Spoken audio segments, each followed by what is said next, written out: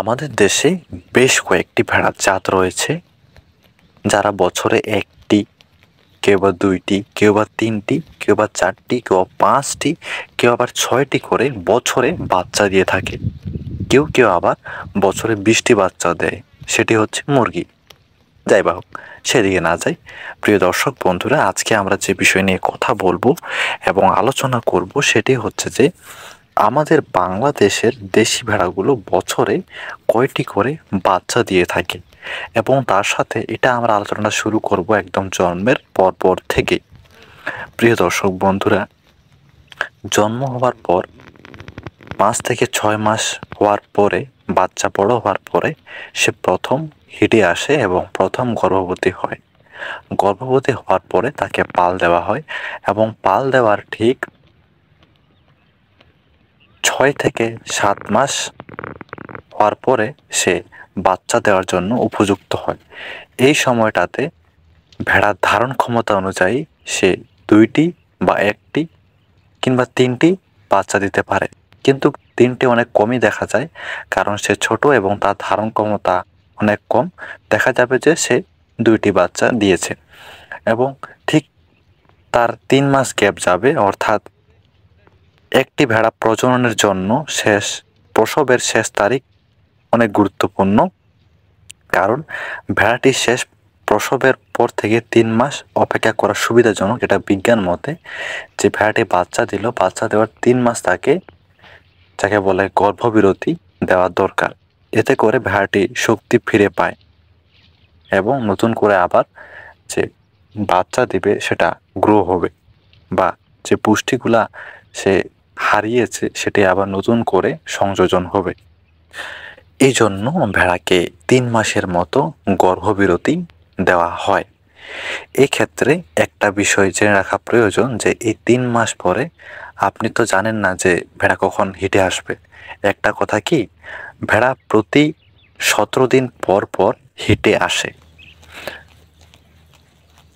বিষয়টা অনেক গুরুত্বপূর্ণ। ভেড়া প্রতি 17 দিন পর পর হিটে আসে। তাহলে বিষয়টা আপনার সহজ হয়ে যাচ্ছে। যদি ডেটগুলো ঠিকমতো আপনি মনে রাখতে পারেন, তাহলে আপনি অবশ্যই জানবেন যে ভেড়া কখন হিটে আসতেছে। এবং আর এই হিট থাকার বয়স আপনার 30 থেকে 36 ঘন্টা হিট থাকে ভেড়া। তো এই সময়ের মধ্যে আপনি তাকে পাল দিতে পারেন। আশা করি আপনারা বুঝতে পেরেছেন।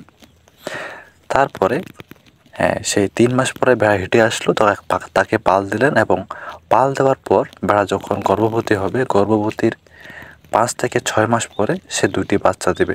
অর্থাৎ আপনি বলা যায় যে দেশি ভেড়া পালনের ক্ষেত্রে বছর শেষে একটা ভেড়া থেকে আপনি 4টা ভেড়ার বাচ্চা পেতে পারেন। যদি সেই ক্ষেত্রে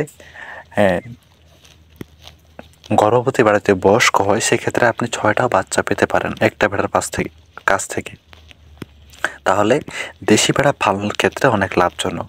একটা ভেড়া বছর শেষে আপনাকে 6টা বাচ্চা দিচ্ছে, সেখান থেকে রোগ বিষ্কার কারণে মনে করেন যে 2টা বাচ্চা মারা গেল, তা আপনার কাছে 6টা থাকে।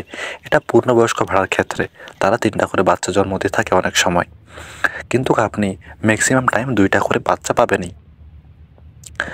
তাই আমরা ছোট করে ধরলাম যে আপনি বছর শেষে একটা ভেড়া থেকে 4টা বাচ্চা পাচ্ছেন। সেক্ষেত্রে যদি আপনি 3টা থেকে 4টা যদি দেশি ভেড়ার পালন করেন, যেগুলো বাচ্চা দেয়, মেয়ে ভেড়াগুলো, সেটা দিয়ে পালন করেন, তাহলে হিউজ পরিমাণে আপনি বছর শেষে বাচ্চা পাচ্ছেন আপনার খামারটাকে গ্রো করার জন্য। তো একটি দেশি ভেড়া বছর শেষে আপনি দেশি ভেড়ার কাছ থেকে বছর শেষে আপনি 3টা থেকে 4টা কিংবা 5টা বাচ্চা পেতে পারেন। সেক্ষেত্রে অবশ্যই দেখা যাবে যে যেগুলো বয়স্ক ভেড়া আছে তারা 6টা দিতে পারে বছর শেষে, এবং যারা কম বয়সী আছে তারা বছর শেষে আপনাকে 4টা বাচ্চা দিবে। তো এটাই মেন বিষয়। আশা করি বন্ধুরা আপনারা বুঝতে পেরেছেন।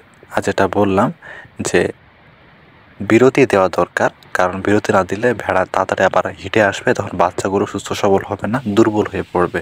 তো এই জন্য এই বিরতিটা দেওয়া হয়। আর অপেক্ষা করা খুব ভালো। অপেক্ষা করলে আপনার খামারের